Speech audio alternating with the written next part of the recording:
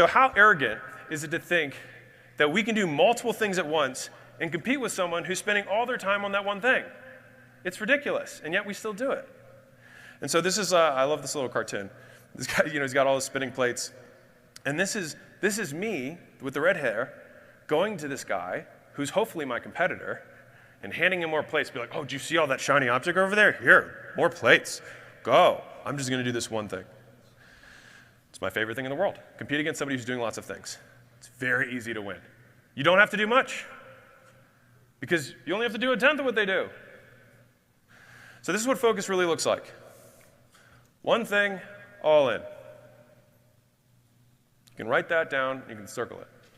One thing, all in. So I asked my friend of mine that had the Excel sheet with all these zillions of questions, right? I said, if I had a magic wand and I ended all your side projects except for one, just one, the one that you think has the most opportunity, the one that's probably making the most money right now that you're not paying attention to because it's boring, because it's old, because you've been doing it a while. He's like, yeah. I was like, do you know what business it is? He's like, yeah. Like, okay. If you ended everything else, because I have a magic wand, so I get to make the rules. Magic wand.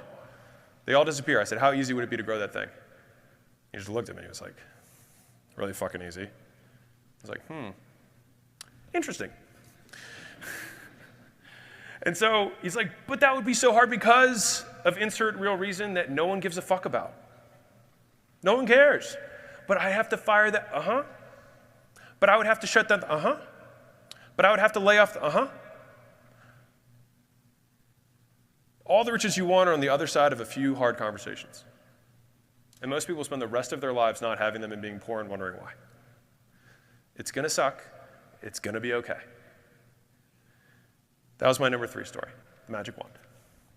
Number 4, my favorite story. Who here has seen The Matrix? Awesome. You need to become the person who can say no to the woman in the red dress.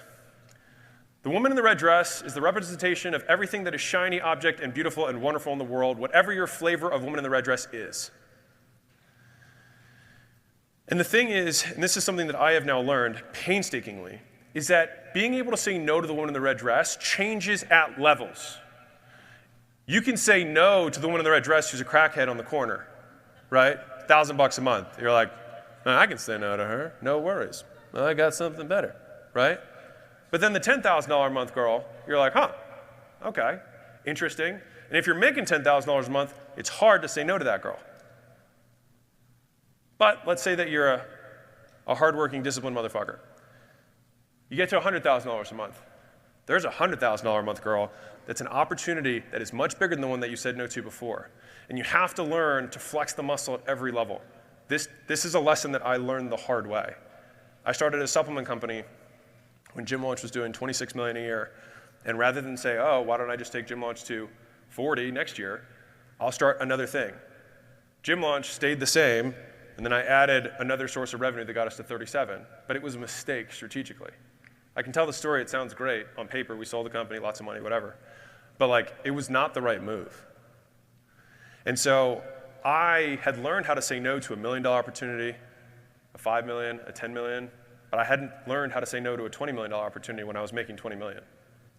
And so the woman in the red dress becomes more seductive, more attractive, the better you get. The more status you get, the hotter the girl you attract, right? And I'm saying this figuratively for entrepreneurs. Does that make sense for everybody who's not into women with red dresses? Okay.